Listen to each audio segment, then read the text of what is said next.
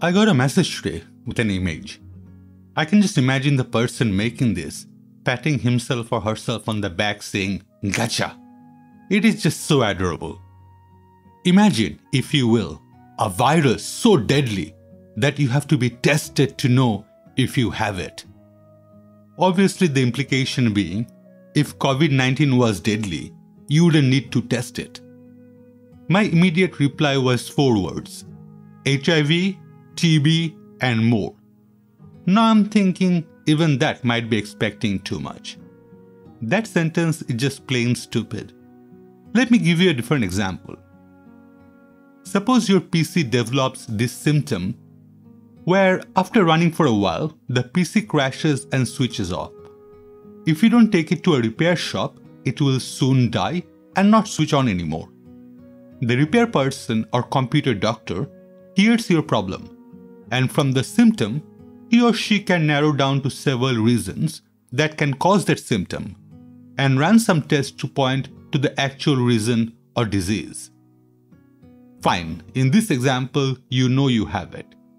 Okay, how about a ransomware that stays dormant for a while and tries to propagate, and then at certain point encrypts all your important files and demands a ransom? You will not know that you have it until it is too late. Unless, of course, you take precaution and regularly scan your system. Most antivirus does this automatically. My point here is, doctors narrow down the possibilities from hearing symptoms and initial checkup. Then further lab tests might be performed to narrow down even further or to confirm a diagnosis. Suppose a person got poisoned and obviously doesn't have much time left. Without knowing the exact poison, we cannot cure that person. At that time, doctors would run a small number of tests based on their educational guess from the symptoms. Small compared to the number required to test all known poisons. Hopefully one of the guesses are correct and they would be able to administrate the correct drug in time. If the initial guesses were wrong, oops, back to drawing board and start again. This is the reason it's absolutely vital to be truthful to our doctors when describing the symptoms. Back to viruses.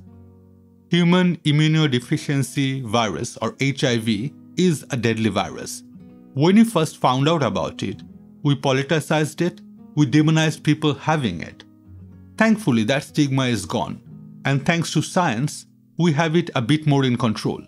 Just last year in 2019, about 690,000 people died from AIDS-related illness worldwide, compared to 1.7 million people in 2004. What are the symptoms? Well, bearing in mind that not everyone will have the same symptoms, it depends on the person and what stage of the disease they are in. These symptoms include fever, chills, rash, night sweats, muscle ache, sore throat, fatigue, swollen lymph nodes, mouth ulcers, and so on. As you can see, most of the symptoms are rather common, and you cannot rely on symptoms to tell whether someone has HIV. The only way to know for sure is to get tested. So yes, HIV is a deadly virus that has to be tested to know if one has it, QED. It's a similar story with tuberculosis. A total of 1.5 million people died from TB in 2018. Worldwide, TB is one of the top 10 causes of death and the leading cause from a single infectious agent and is above HIV. TB is an infectious disease usually caused by MTB bacteria. But for this argument, it doesn't really matter if it's a virus or bacteria, right? Tuberculosis generally affects the lungs, but can also affect other parts of the body.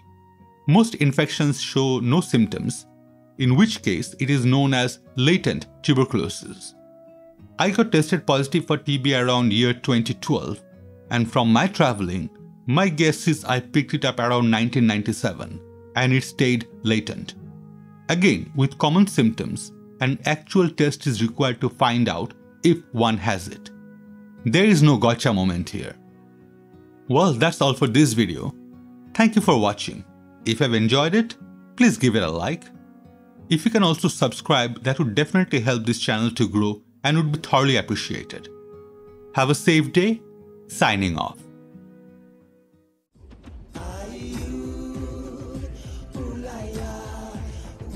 are one people.